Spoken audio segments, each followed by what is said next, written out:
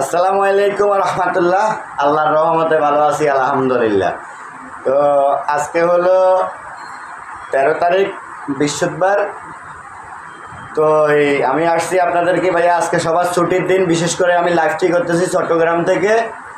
আপনারা আমার YouTube subscribe করা লাগবে না, কথাটা মন দিল দিয়ে শুনে যাবেন, ভিডিওটা দেখে যাবেন, শেষ পর্যন্ত দেখতে থাকুন। তো আপনারা মনে করেন যে বাড়িতে যাবেন, গাড়িতে যাবেন, যে যেখানে যাবেন, শেষ কথা হলো মোবাইল, মানিব্যাগ, পকেট সাবধান। সতর্কবার্তা, এটা হলো সতর্কবার্তা। এখন ঈদের সময় ভাইয়া সব সময় নিজেকে অ্যালার্ট রাখবেন, কথা বলছেন।